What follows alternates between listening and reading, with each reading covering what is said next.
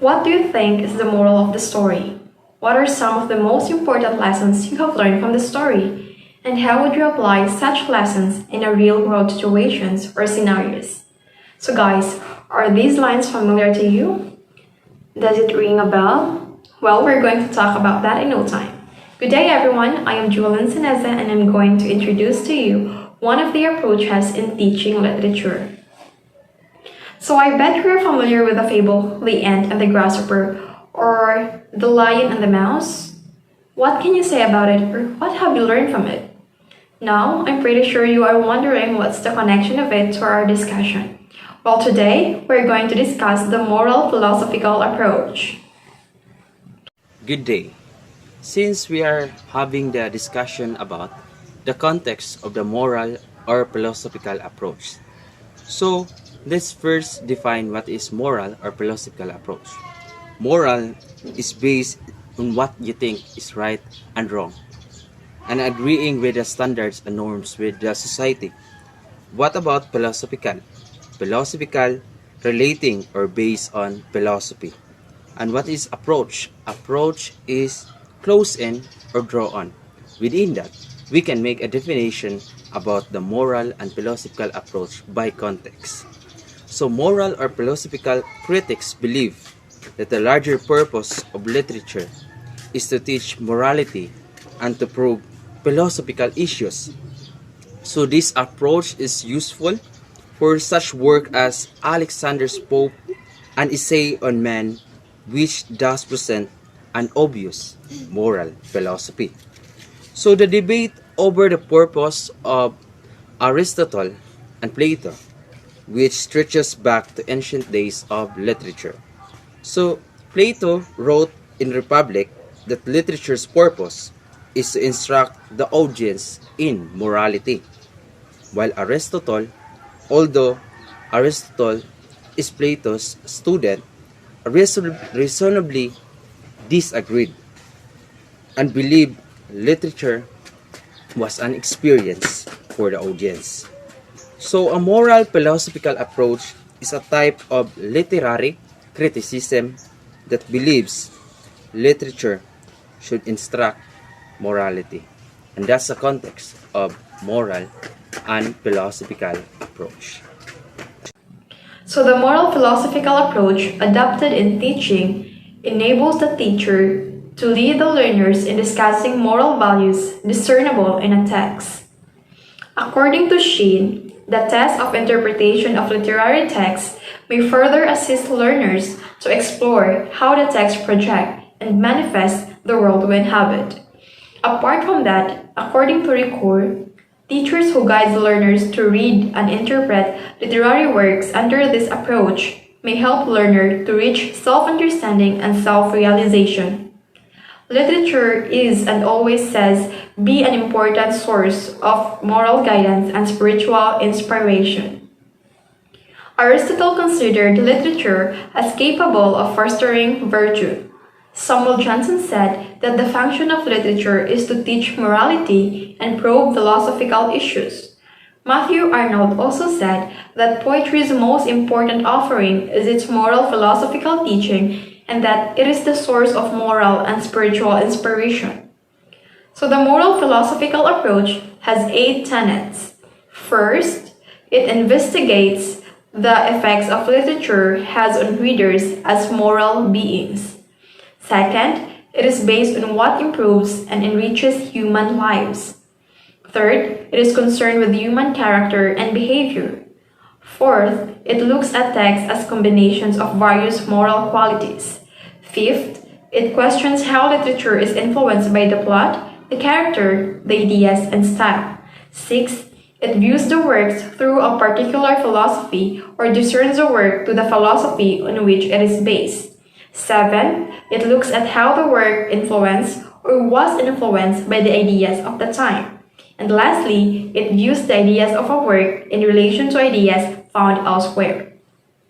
So in general curriculum, teachers are always encouraged to incorporate values in the lesson. While it is very important to hone the skills and intellect of the learners, it is also essential to develop the moral self of the learners. Through this approach, it helps the teachers to develop the learners to become a well-rounded person. So here are some ways to apply this approach effectively. As a teacher, we are also learning by doing. Apart from understanding why students are behaving in a particular way, teachers would also be able to know how students perceive their actions. So how will I make the moral philosophical approach be more effective? We teachers need to make sure that we do the right thing and conduct ourselves along the highest moral standards. Judge fairly, practice honesty and respect, share, demonstrate responsibility, and allow your students to see how will you embody these characteristics in and out of the classroom. Besides being a source of knowledge and truth and facilitator of learning, a good teacher works endlessly to foster the desirable characteristics of students. Because by teaching moral, the duties and responsibilities of a teacher are to ensure that all students develop the following desirable characteristics or moral values. And as we all know, morality affects the decisions of the people daily since they decide to do right or wrong. People should maintain moral values including respect, integrity, honesty, and patience so as to lead good and happy life. Moral philosophical approach. So what is really this moral philosophical approach? So moral philosophical approach is one of the approaches in teaching literature in which it believes that the largest purpose of literature is to teach morality and to probe philosophical questions to your students. So as a teacher, how can we make this moral philosophical approach more effective? Since the main purpose of literature is to teach morality and to probe philosophical questions. So here are some ways in how to make this moral philosophical approach more effective, especially inside your classroom. So as a teacher, you have to acknowledge your students that they will be encountering difficult moral questions every day and they really need guidance. Second is to recognize that no subject is morally neutral. Third, you have to build trust inside the classroom. Fourth, you have to enlist support from your colleagues and administrators. Fifth, we have to gather great learning resources. Sixth, we have to permit ambiguity.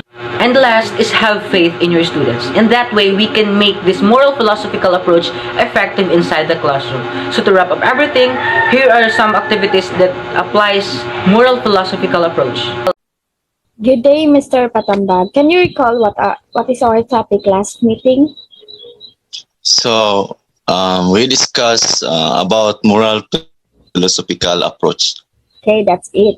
We discussed about moral philosophical approach. Now we will continue to tackle about it, and I will give you some examples about moral philosophical approach. So let's try to watch this video.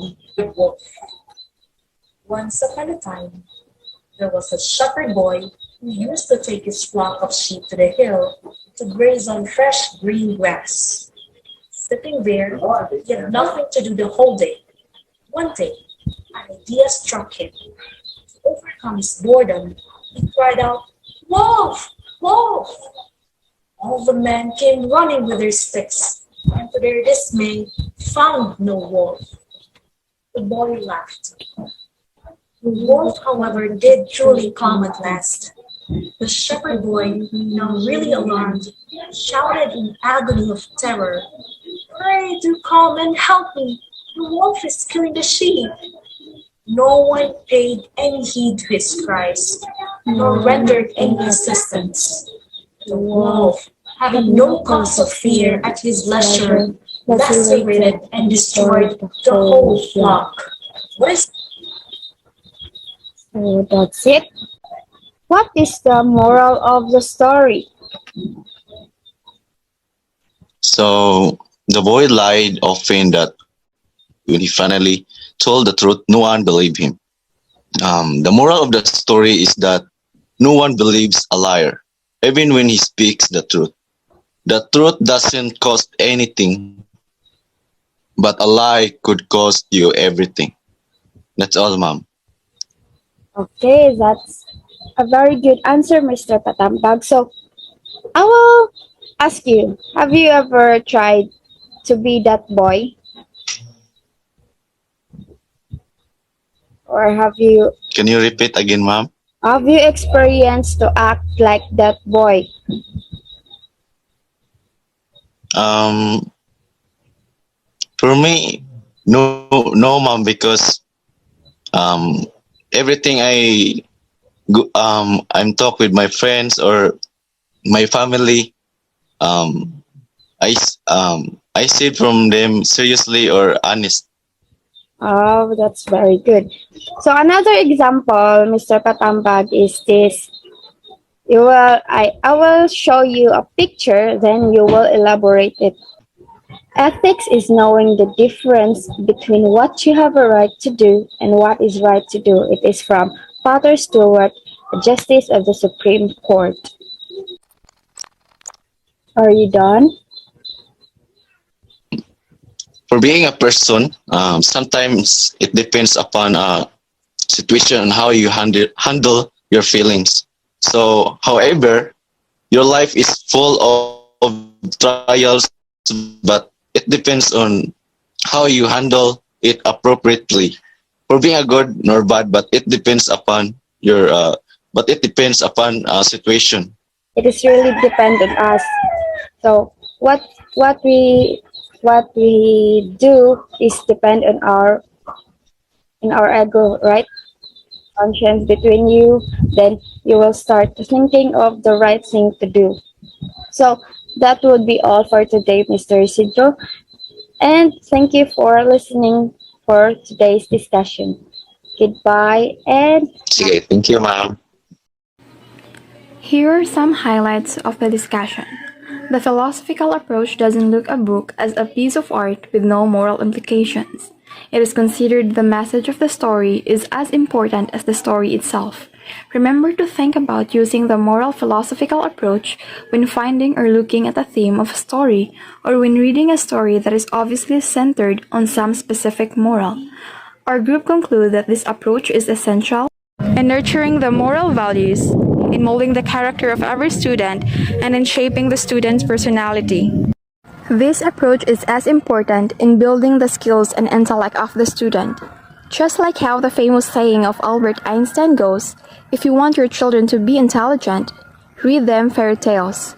If you want them to be more intelligent, read them more fairy tales. And that's it. We hope we're able to instill some lessons in your heart and in your mind from today's discussion. Thank you for listening and have a great day, everyone.